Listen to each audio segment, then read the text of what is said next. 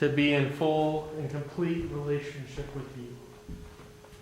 Help us to be prepared to hear your word.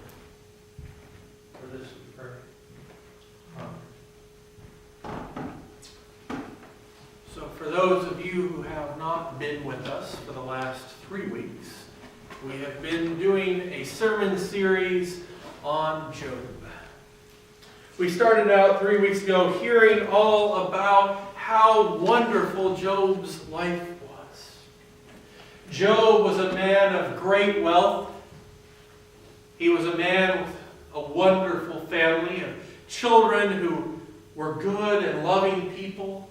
He had 7 sons and 3 daughters, and the sons were so loving and cared about each other so much that each one took a day of the week to host a feast for the entire family, and they cared for their 3 sisters' needs.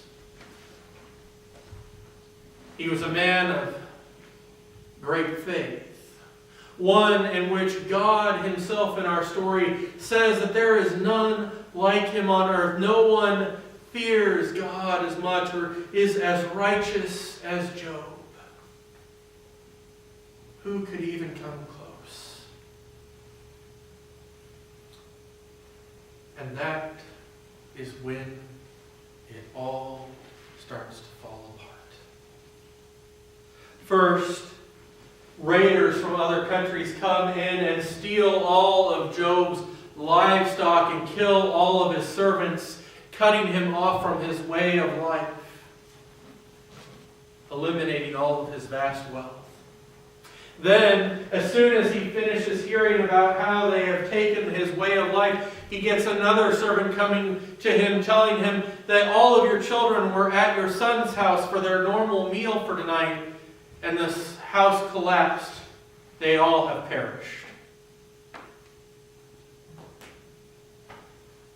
And Job gets down and prays, thanking God for the time that he did have with them all and for the blessings God had given him. And God commends him on being righteous. And so the next thing that happens to Job is he is afflicted with open sores and wounds that itch and burn from the top of his head to the bottoms of his feet, so painful that he cannot even wear clothing. And he is also given over to a deformity that begins to destroy his bones and cripple him, and he is left in continual and constant agonizing pain every moment that he breathes. And his stomach fails to be able to retain food. And so he is found sitting on an ash pile when his wife comes up to him and says to him, Job, just curse God so that he will kill you now and I can be done with you. I'm leaving.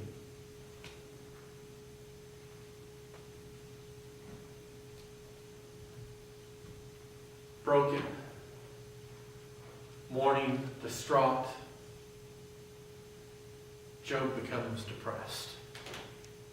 And he cries out to God and asks God to curse the day he was born. He asks God to curse the very night he was conceived. May it never appear upon the earth again. God, if you would just take me out of this world now, I cannot bear any more.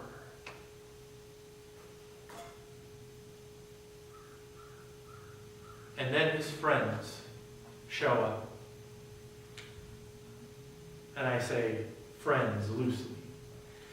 Some of them offer him platitudes and empty words and try to say, oh, we'll get through this. Job, you're a man of great faith. This too will pass. How can you just sit here and feel sorry for yourself? Think of all the other people that you've helped over the years.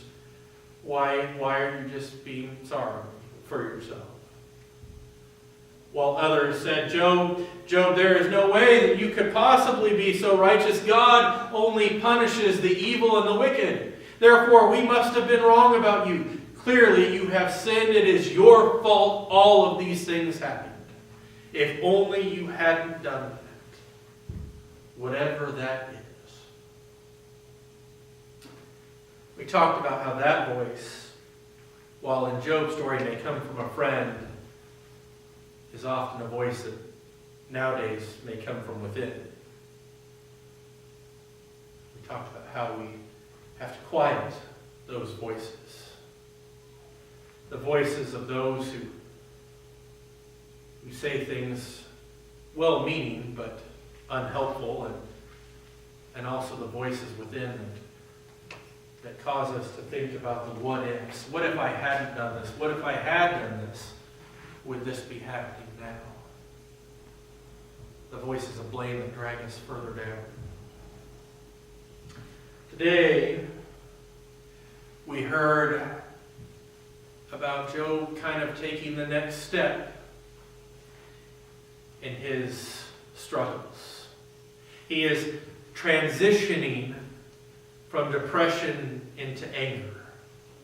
You can still hear the sorrow in the text. You can still hear the laments, but you can also look and see and hear that anger, that desire to blame God, to wrestle with Him and declare Him at fault.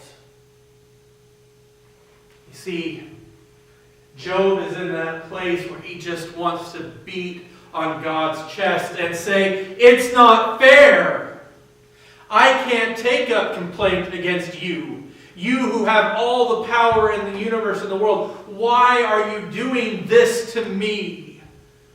You who proclaim to be a just God, yet I look around and I know that I am righteous. I know that I have not sinned, and yet here I am being punished. Here you destroy me.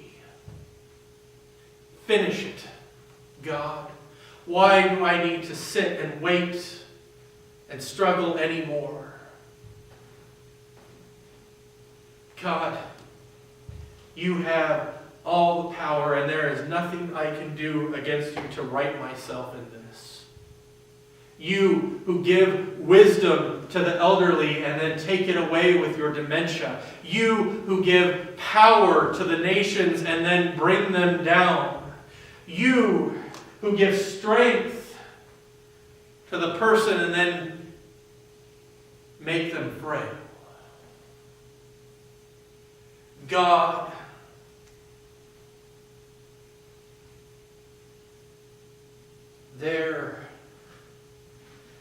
there can be no reconciling. God, if I did not fear you, I would proclaim out against you now. That's not who I am.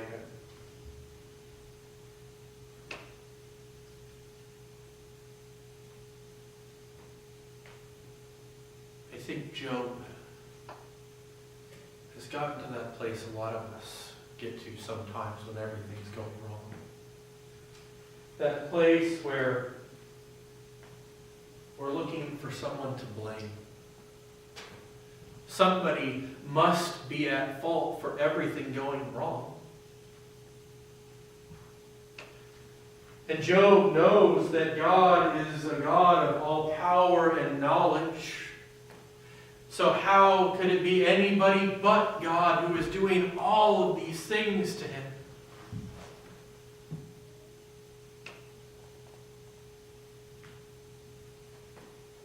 It's a place that you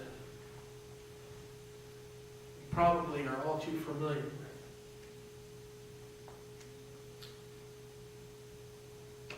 But what I like about Job, what I find valuable in Job's story, is that when he gets to that moment, when he gets to that place where he is putting it all on God's shoulders, he doesn't turn and walk away from God. He doesn't tell God, fine, I'm leaving, I'm out of here, done, I don't believe in you. If all of this is going wrong, clearly you don't exist because there is no justice in the world. Instead, he hashes it out with God, and he does take his fist and he pounds on God's chest. God, you cannot be a just God if you're making this happen.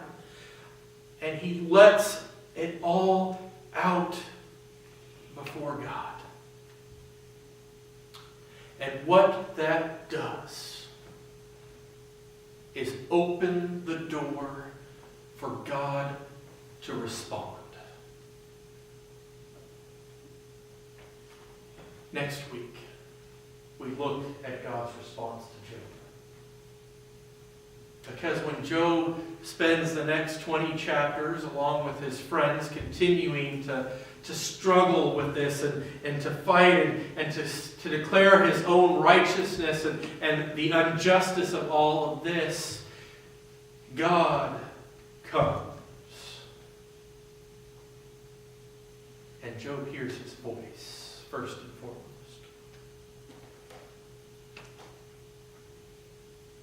And when God speaks, he speaks firmly, but out of love. He speaks not with great anger, but with a moment of teaching. God is that parent that as children we probably all wished that we had, that parent that we could go and throw that temper tantrum or that fit before and not worry about being punished for throwing the fit itself. We can argue with God. And God responds to us with grace and forgiveness. You see, God, I think, feels the same way about us that I would think most parents probably feel about their children.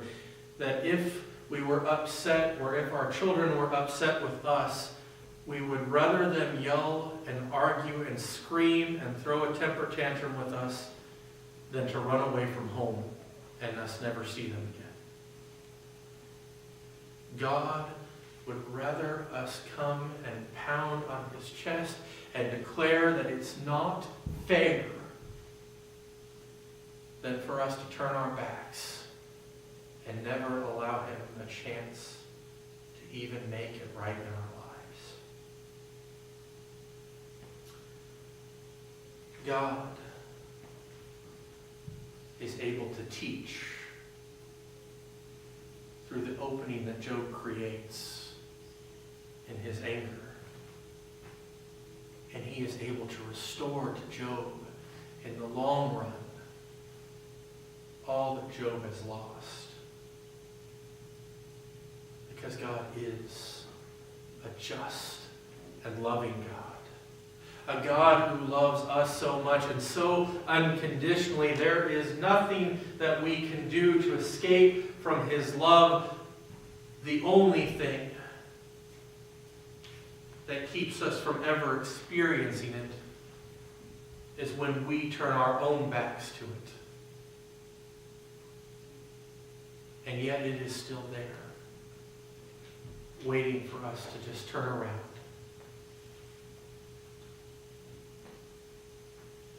As the people of God, if you are in a place in your life where you are struggling, where you are angry, where you are trying to understand why bad things happen to good people, why they're happening to you, you can go to God and you can let out all of that anger and that frustration. He can bear it. He can hold it. And he can embrace you when all is said and done and begin to clear up all of our misunderstandings and our worries and our struggles. Because that is who he is, and that is within his power. He calls us to be in complete and total relationship with him. The good, the bad, for better or worse. And is there to give us grace and love, even in our worst of moments. May we be a people that seek to be in total relationship with him and give him everything. Amen.